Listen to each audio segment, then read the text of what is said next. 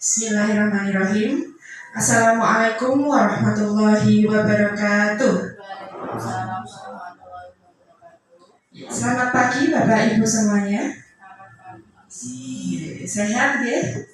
Sehat, alhamdulillah. Yang terhormat Bapak Yazid Ahmam selaku Kepala Sekolah SD Muhammadiyah Jepara. Yang terhormat Bapak Ibu Guru beserta staf tata usaha SD Muhammadiyah Jepara. Pertama-tama marilah kita panjatkan puji syukur kehadirat Allah Subhanahu wa Ta'ala yang mana telah melimpahkan segala nikmat dan karunia-Nya sehingga kita dapat berjumpa kembali dalam sesi pagi hari ini, diskusi pagi hari ini mengenai budaya positif di sekolah. Salawat serta salam tak lupa kami haturkan kepada junjungan Nabi besar Nabi Muhammad SAW yang telah membawa kita dari zaman Zahiliyah ke zaman yang terang benderang seperti sekarang ini, yakni dengan adanya ajaran agama Islam.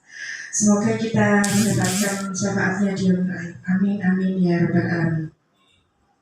Baik Bapak Ibu, saya ucapkan banyak terima kasih yang sebesar-besarnya telah menyempatkan waktunya untuk berdiskusi bersama di sini. Mohon maaf nih Bapak Ibu, saya berdiri di sini bukan berarti menggurui panjenengan semuanya, karena di sini saya ada program dari guru penggerak. Kebetulan saya mengikuti guru penggerak angkatan 11, di mana setelah materi yang telah saya dapatkan kemudian diimbaskan atau ditularkan kepada sekolah asal, bisa ke guru-gurunya atau kepada siswa-siswa yang ada di sekolah asal, seperti itu. Langsung saja. Nah, di sini diskusi pada pagi hari ini yaitu mengenai diseminasi budaya positif di sekolah. Baik, kata budaya, mungkin apa ya yang di pikiran Bapak atau Ibu, kira-kira budaya itu apa? Monggo Pak Yaim boleh mengawali, singkat mawon Pak.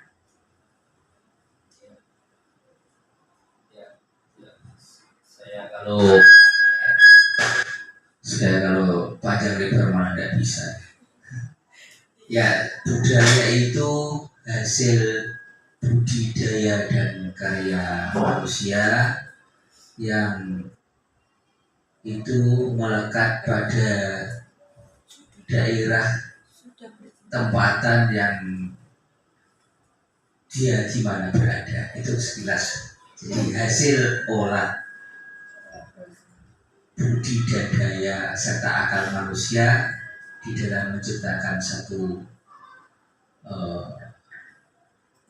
acara atau satu kehidupan yang ada di sekitar mereka berada. Itu sekilas. Terima kasih. Boleh tepuk tangan untuk Pak. Terima kasih Pak. Menurut Pak Aldo, gimana? Mas Aldo, setuju dengan pendapatnya Pak Zaid? Yes. Setuju saja. Setuju, terima kasih Pak Aldo. Bu Gita setuju ya? Budaya itu suatu olah. Gimana coba monggo Bu Gita?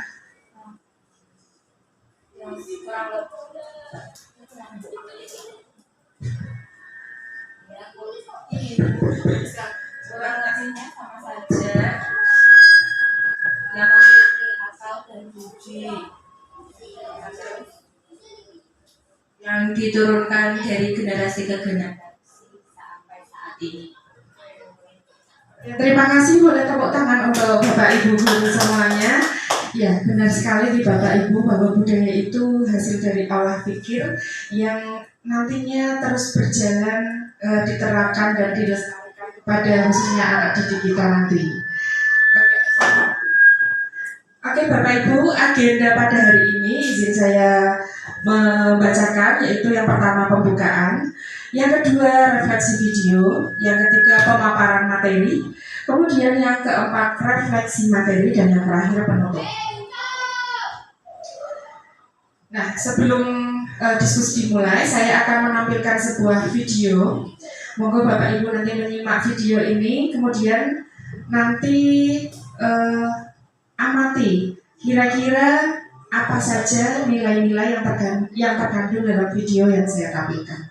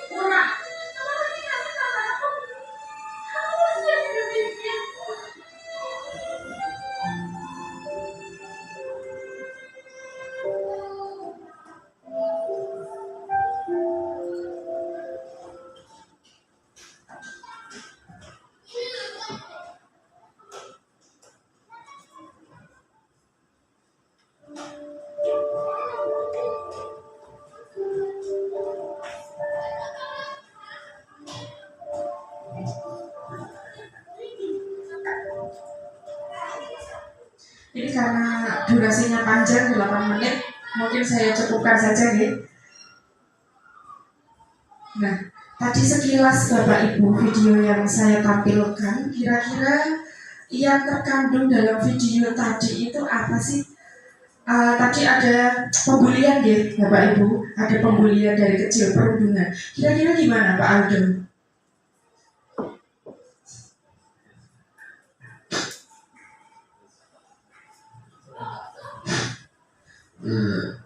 Menurut saya Quran tidak baik untuk anak sekarang, dan kita bisa stop bullying itu. Betul sekali, setuju Pak Aldo. Kita harus menstop, memangkas bullying yang ada di sekolah. Menurut tanggapannya Pak Zai bagaimana Pak tentang video yang saya tampilkan? Monggo Pak. Sekilas saya melihat bahwa itu mencerminkan perilaku anak-anak zaman sekarang yang suka hidup dalam suasana yang tidak nyaman karena mungkin ada gap ya perbedaan, ada Ya, setuju Pak.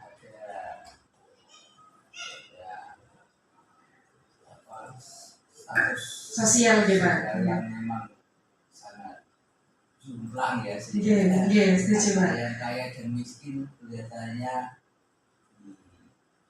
Sangat dibedakan. sangat dikontraskan ya, sangat ya ini itu mungkin gambaran dari masyarakat yang ada sekarang seperti ini ya, individualis, egoistis, dan mereka memang kalau sudah seperti itu ya humanis, kalau tidak seperti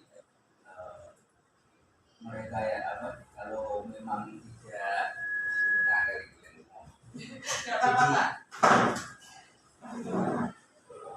ada yang perilaku egois, individualis itu melahirkan sifat egois yang itu menyebabkan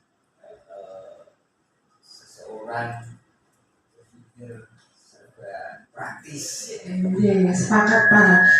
Ya itu saya kira memang saya senang lihat ada bodohnya ini Jakarta ini ada Bajai. Bajai masih ada ya.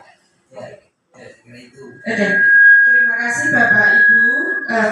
Saya sependapat jawaban Bapak sudah tepat sekali. Ini sangat dekat makanya baiknya.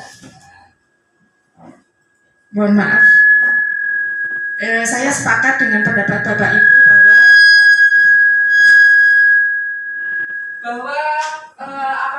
pembulian itu memang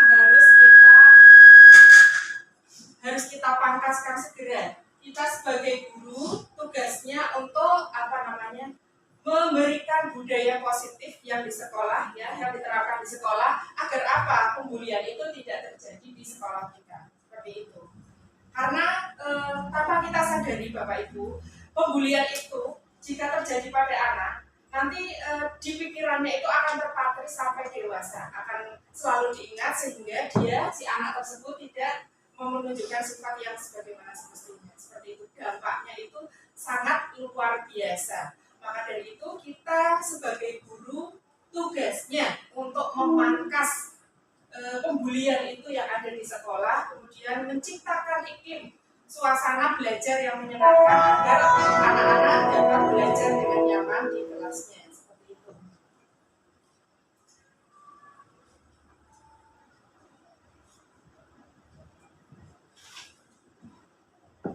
Kemudian untuk pertanyaan berikutnya ada 3. Nanti Bapak Ibu tinggal menjawab setuju atau tidak setuju ya.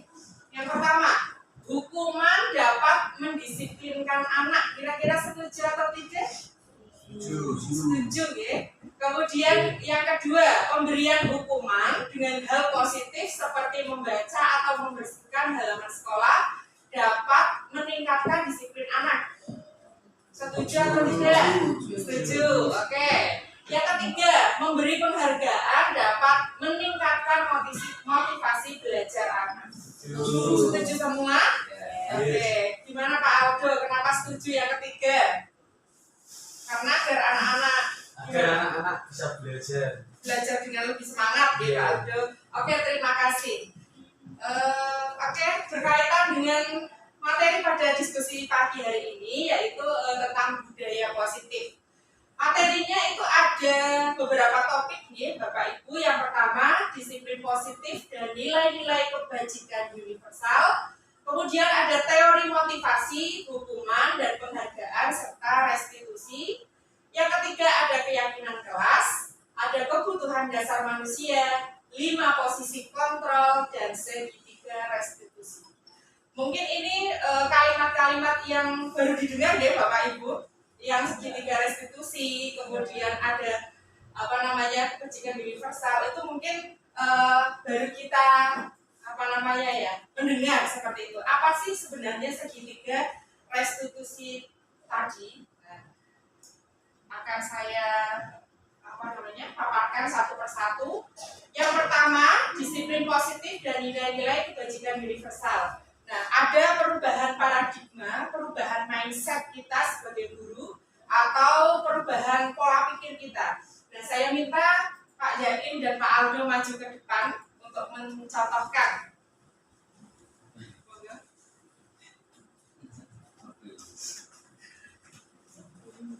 Ini enggak di video lah enggak? Di video Pak? Oh di video. Enggak kelihatan.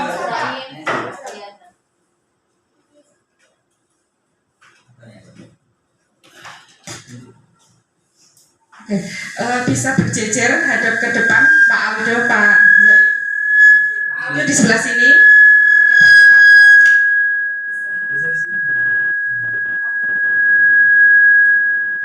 Oke, hadap ke audien Bapak Ibu, Bapak hadap-hadapan seperti ini. Nah, Pak Yaim di sini Pak. Oke. Ceritanya seperti ini.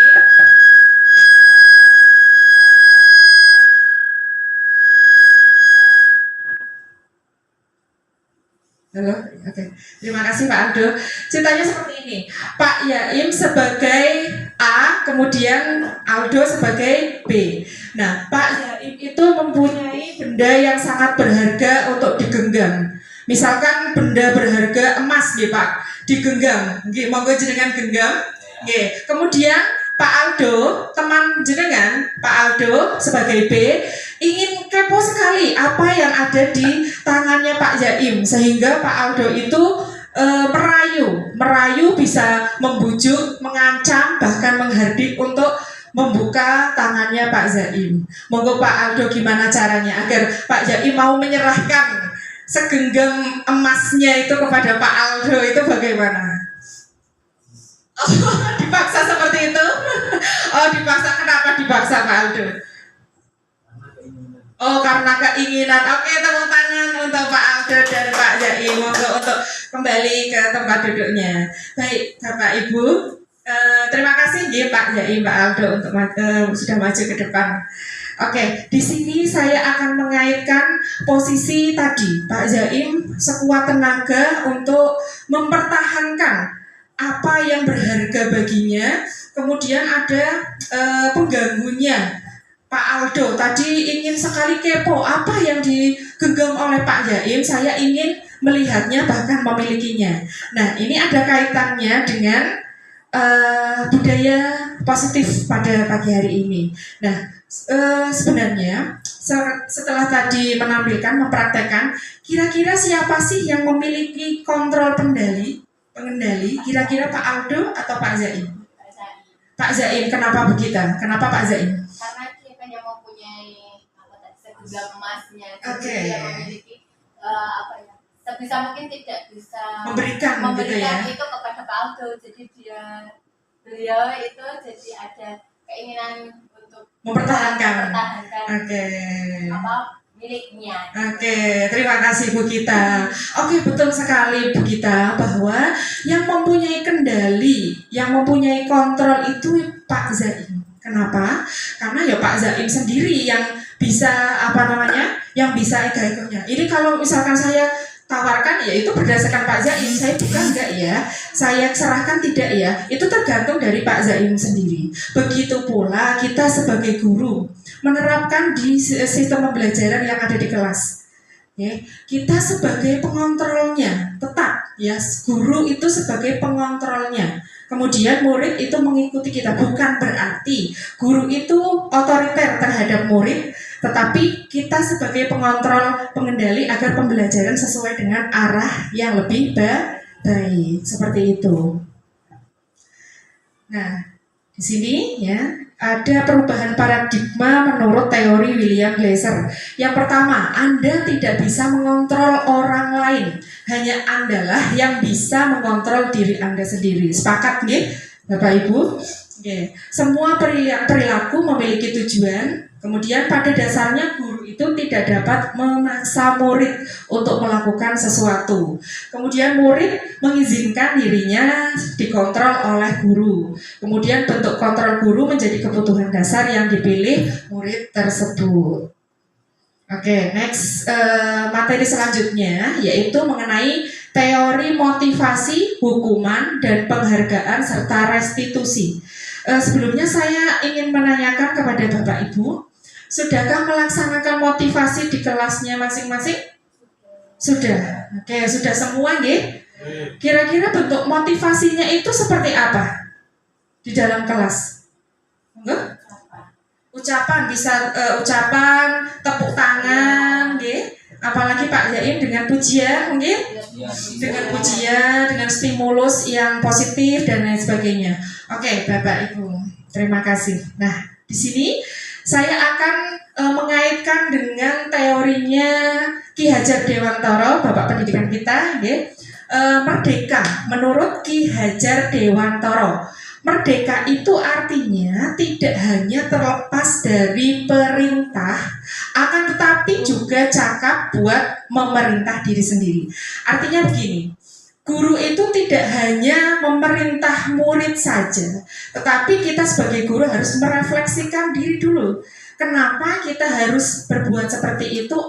Apakah sudah diterapkan kepada diri kita sendiri atau belum sebelum memerintahkan kepada murid kita, seperti itu. Nah, di sini ada dihukum oleh penghargaan. Pengaruh jangka pendek dan jangka panjang, penghargaan menghukum dan penghargaan merusak hukuman. Memang kadangkala dihukum oleh penghargaan, sebuah penghargaan itu justru akan membuat akibat buruk kepada kita kalau berlebihan. Nggih, Bapak Ibu? Nah, contohnya saja misalkan Pak Aldo. Pak Aldo sebagai guru setelah memenangkan juara guru berprestasi tingkat kabupaten, tingkat provinsi. Nah, kadangkala kalau pikirannya negatif, itu Pak Aldo, saya sudah menjuarai tingkat nasional, nggak apa-apa lah, saya mau bertindak sesuai hati saya. Seperti itu kalau pikirannya negatif. Nah, seperti ini dihukum oleh penghargaan karena penghargaan itu kalau berlebihan dapat menurunkan kualitas, penghargaan mematikan kreativitas, dan penghargaan mengurangi motivasi intrinsik. Nah, kemudian ini restitusi. Tadi apa itu restitusi? Restitusi adalah proses menciptakan kondisi bagi murid untuk memperbaiki kesalahan mereka sehingga mereka bisa kembali pada kelompok mereka dengan karakter yang lebih kuat. Memang setiap sekolah, setiap kelas pasti anak-anak ada saja masalahnya ya Bapak Ibu, ada masalah setiap kelas. Nah, justru kalau kita sudah tahu ada masalah, jangan sampai menghakimi mereka. Kita dengarkan dulu kesempatan mereka untuk mengungkapkan apa yang telah terjadi. Nah, ini ada 9 ciri-ciri restitusi. Yang pertama, bukan untuk menebus kesalahan, namun untuk belajar dari kesalahan.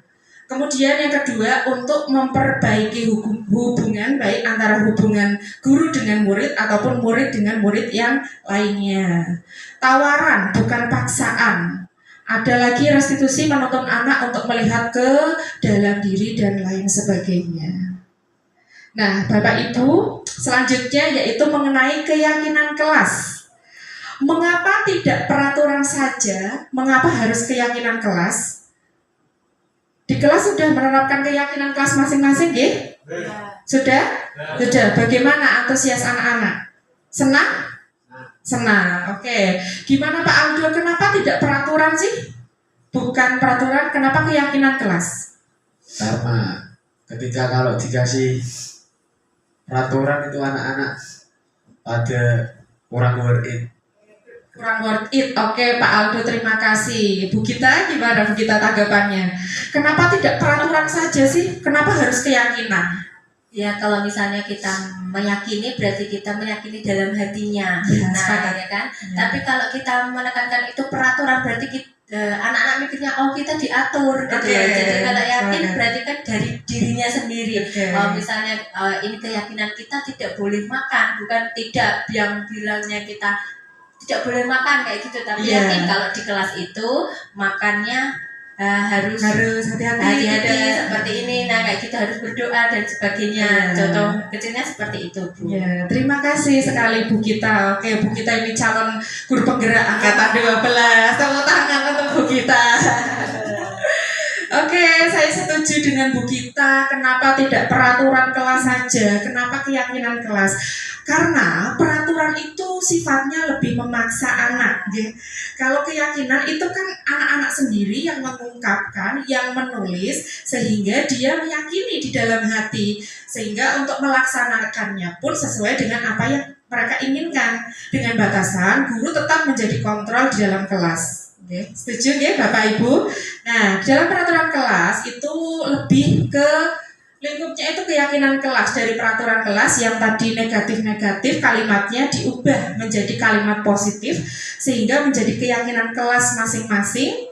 Nah, kemudian kalau anak-anak sudah menjalankan keyakinan kelasnya dengan baik, nanti akan memunculkan lingkungan yang positif. Nah, kalau lingkungannya sudah positif, insya Allah budaya positifnya akan tercipta juga di sekolah tersebut.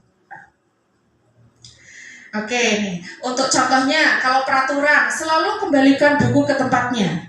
Nah, kalau di keyakinan kelas itu lebih ke positif kata-katanya, yaitu tanggung jawab. Dilarang mengganggu orang lain. Nah, kalau keyakinan kelasnya menghormati orang lain. Dilarang melakukan kekerasan. Nah, keyakinan kelasnya keselamatan atau menghormati orang lain. Nah, mungkin seperti itu Bapak Ibu kurang lebihnya.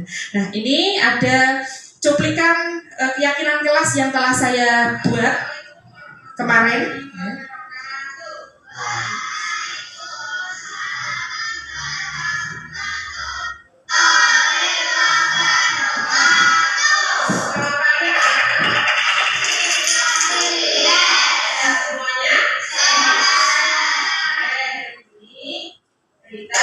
Menulis keyakinan kelas di papan tulis. Kalian tahu keyakinan kelas itu apa?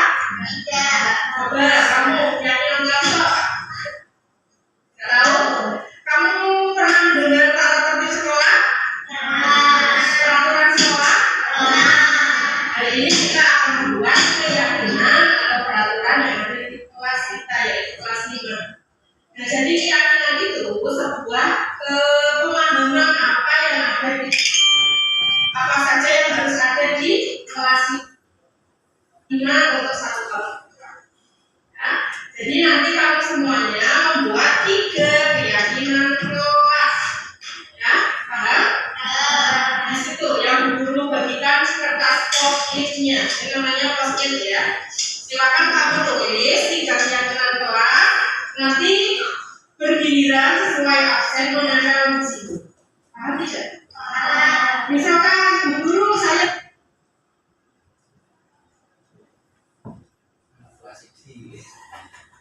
Pak, kebetulan saya pegang kelas 5, saya aplikasikan di kelas saya. Sesuai absen menempel di situ. Paham tidak?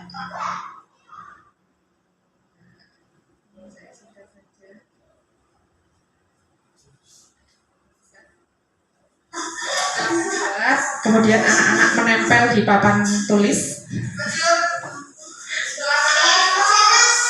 sesuai dengan urut absennya.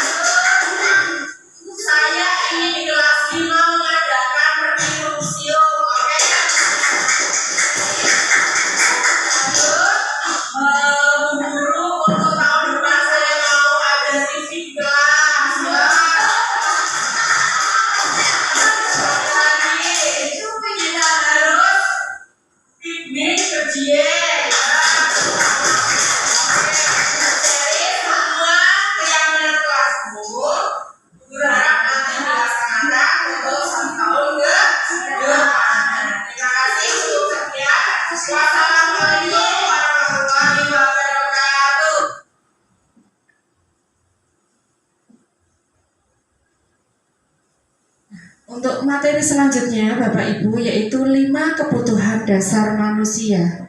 Nah, setiap manusia itu mempunyai kebutuhan. Begitupun murid di sekolah pasti mempunyai kebutuhan masing-masing. Nah, apa sih kebutuhan dasar manusia? Yaitu segala sesuatu yang kita lakukan untuk mendapatkan apa yang kita inginkan. Seperti itu. Nah, di sini ada 5 kebutuhan dasar anak-anak atau murid. Yang pertama bertahan hidup, yang kedua cinta kasih atau diterima, kemudian ada kesenangan, ada penguasaan, serta ada kebebasan. Nah, anak-anak itu di sekolah memang membutuhkan sosok seperti pengganti orang tuanya di rumah.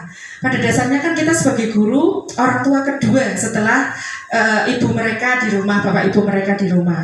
Nah, kemudian anak-anak juga memiliki hak untuk mencari kesenangan dalam arti misalkan di sela-sela pembelajaran di refresh sejenak untuk melakukan hiburan. Bukan berarti anak-anak bebas untuk melakukan sesuatu, masih dalam koridor yang dikontrol oleh seorang guru, seperti itu. Nah, ini 5 posisi kontrol.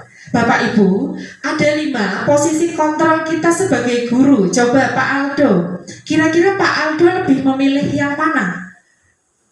Tipe yang mana? Posisi yang mana? Penghukum, pembuat rasa bersalah, atau teman, pemantau, atau manajer? sebagai teman. Berarti Pak Aldo menggunakan hubungan baik dengan humor untuk mempengaruhi murid. Seperti itu? Oke. Sebagai teman, kalau Bu Gita sebagai apa posisi kontrolnya? Apa penghukum, pembuat rasa bersalah, teman, pemantau, atau manajer? Kira-kira yang mana Bu Gita? Pakai yang pemantau. Oke, pemantau. Kenapa pemantau Bu Gita? Mengutamakan peraturan dan konsekuensi, karena tadi kan sudah ada keyakinan kelasnya, jadi punya sudah diyakini dia kenapa dia itu langgar seperti itu. Jadi setiap yang dia melanggar itu pasti ada konsekuensinya apa, misalnya tidak mengerjakan tugas atau apa, terus ada konsekuensinya seperti itu. Oke, tepuk tangan untuk Bapak Ibu guru. Oh, satu lagi Pak Zaim. Kalau Pak Zaim lebih ke mana Pak? Manajer Pak.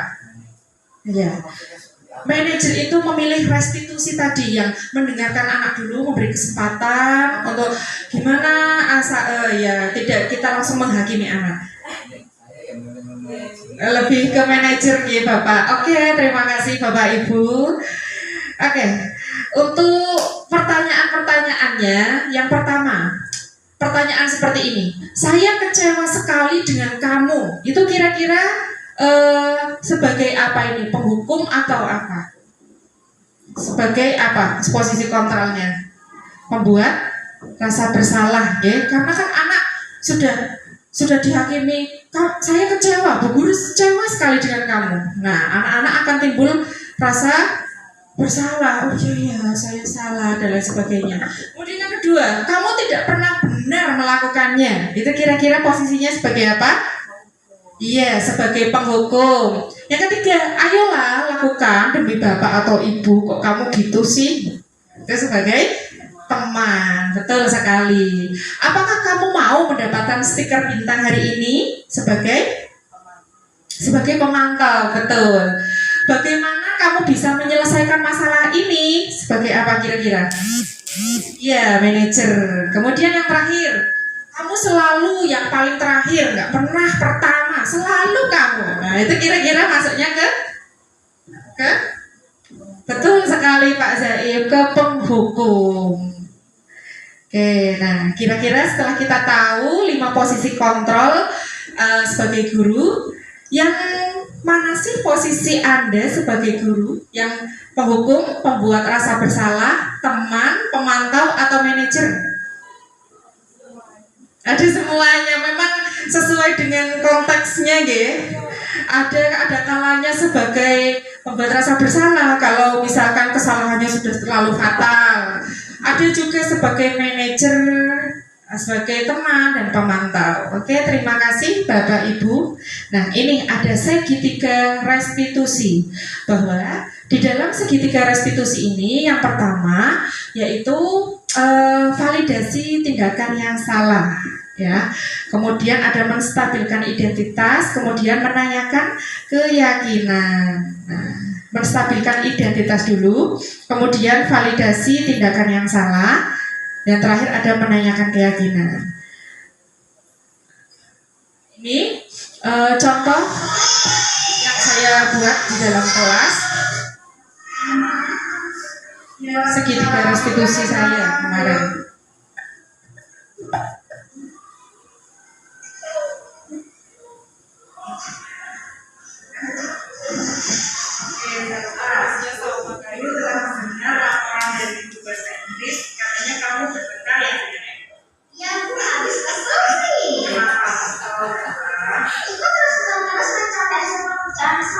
Yang pertama menstabilkan identitas.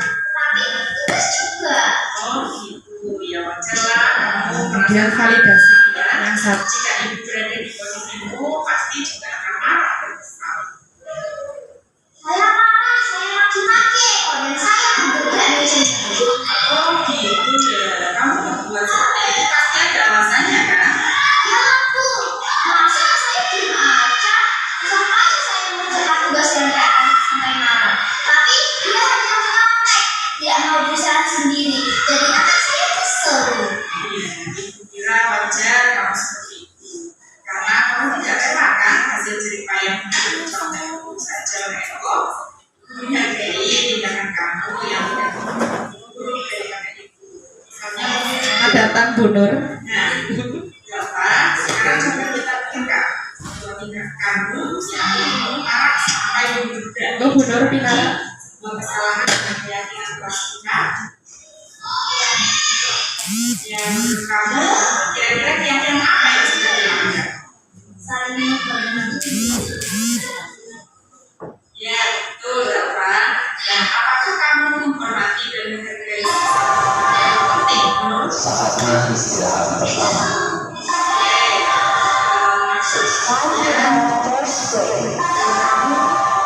harus buat apa sih? Ya harus bersama ya. Nah, kamu bersedia untuk memperbaiki masalah itu? Bersedia, Bu. Ya, Bapak. Kalau kamu bersedia, apa yang kamu lakukan untuk memperbaiki masalah ini, Pak? Saya harus lebih bersabar dan menyenangkan antara saya ketika ada teman yang mencontek. Dan kalau ada teman yang mencontek saya lagi, saya mau laporkan ke guru, maka aku adalah saya. Ya, tepat sekali Bapak tindakan yang kamu lakukan. Ya, tetap semangat belajar ya. Sekarang kamu bisa kembali istirahat di rumah. Terima kasih, Bu. Iya, sama-sama Bapak. Semangat ya.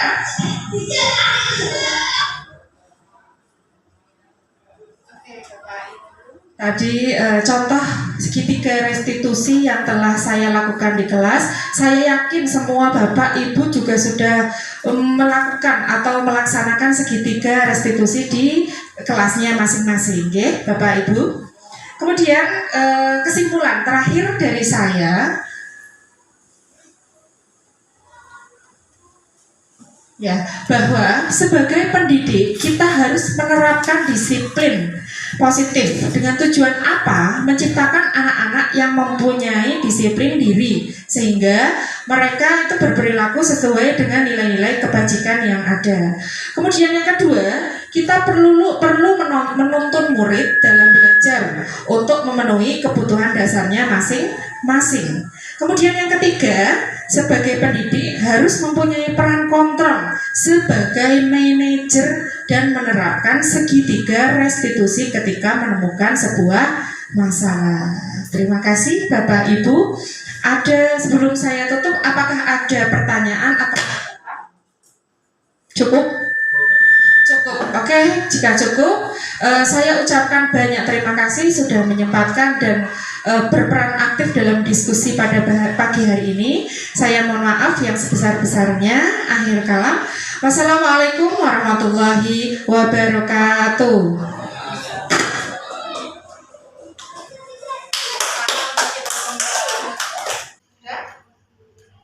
Assalamualaikum warahmatullahi wabarakatuh.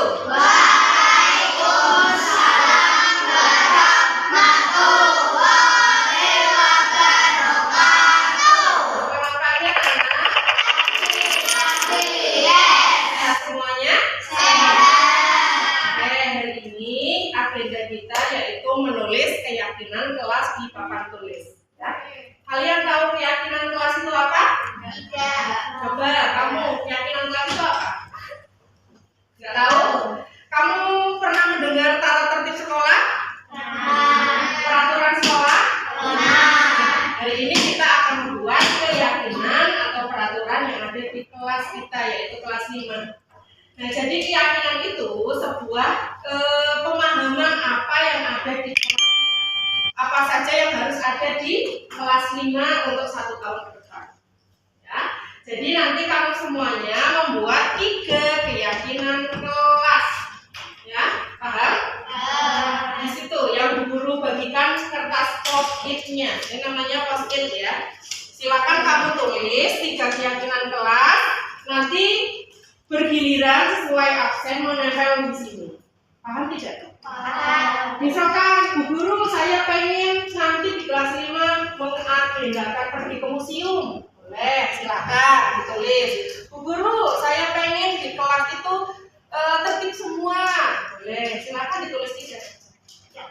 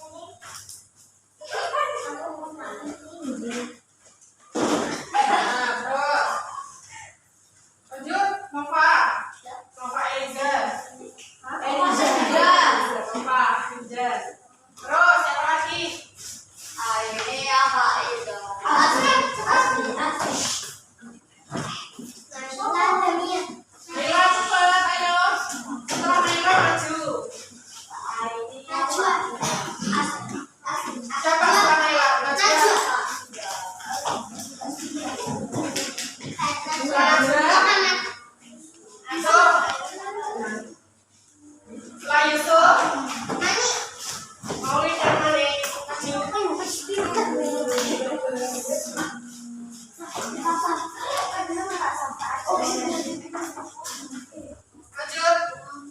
Setelah Malik, Keiko, SMS dulu. Set. Setelah Senas, Keiko. Maju Keiko.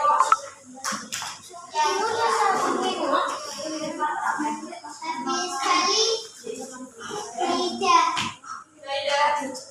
Maju. Setelah Sita, lagi.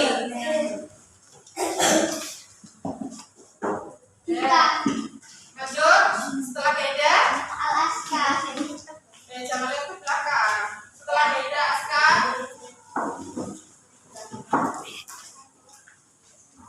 Terus setelah Aska, Dastan. Setelah Dastan, Bilkis. Ini apa Bilkis?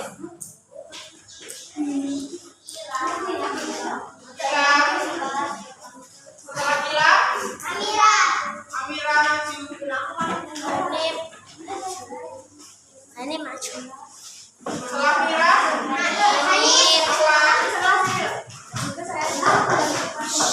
yang lainnya ya.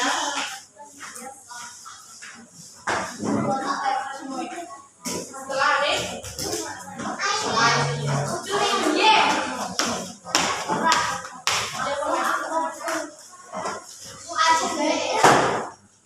dan sudah duduk lagi. Dilarang ada suara.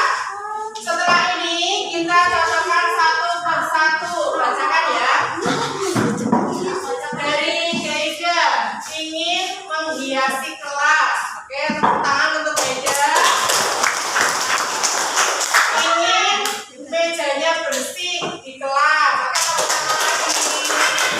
Lanjut dari Hanif. Saya harap bisa kerja kelompok seperti dulu saat kelas 4. Oke, tepuk tangan. Lanjut. Saya ingin di kelas 5 mengadakan pergi ke museum. Oke. Lanjut. Bu Guru, untuk tahun depan saya mau ada TV di kelas. Ya. Ada lagi. Kita harus piknik ke Dieng.